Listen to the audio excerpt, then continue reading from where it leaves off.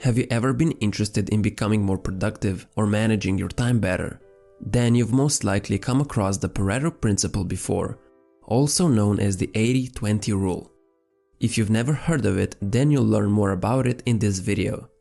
The Pareto Principle states that in any situation, 20% of the inputs or activities are responsible for 80% of the outputs or results.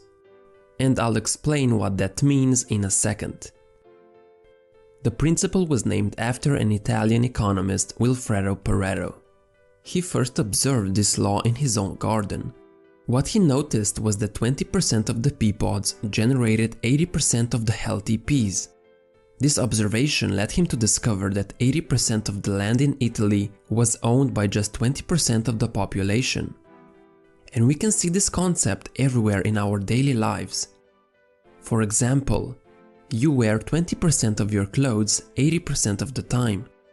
In a book, 20% of its pages contain 80% of the most important information.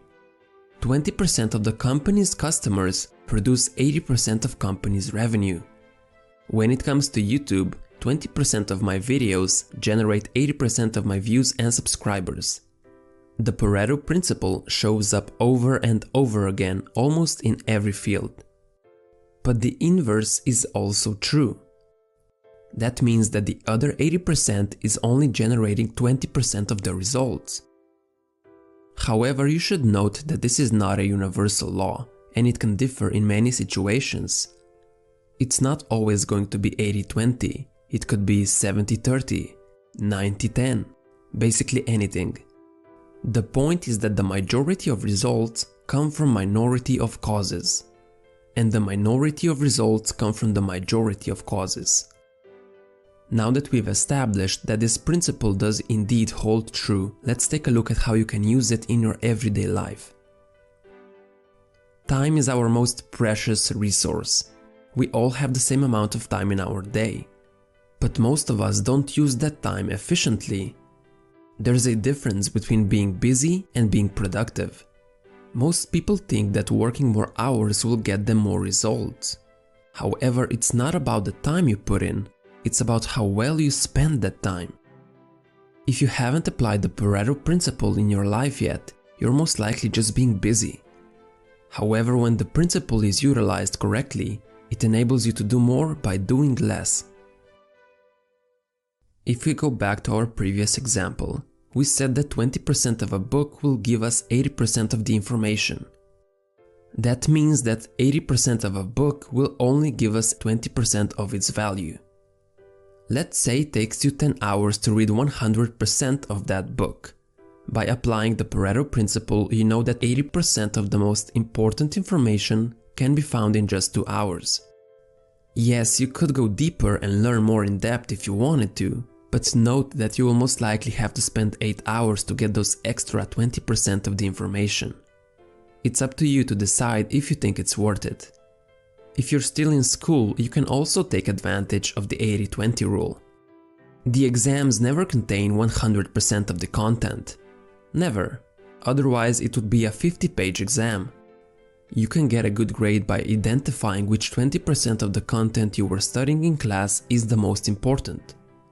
Studying the right topic for 2 hours will get you a much better grade than studying the wrong topic for a whole week. Again, you could reread every single page of the textbook and get that 100%. But if being a top student is not your priority, then it just might not be worth your time. You can even do a Pareto analysis on your friendships. What you're most likely to find is that 20% of the friends give you 80% of fulfillment and joy that you get from social interactions.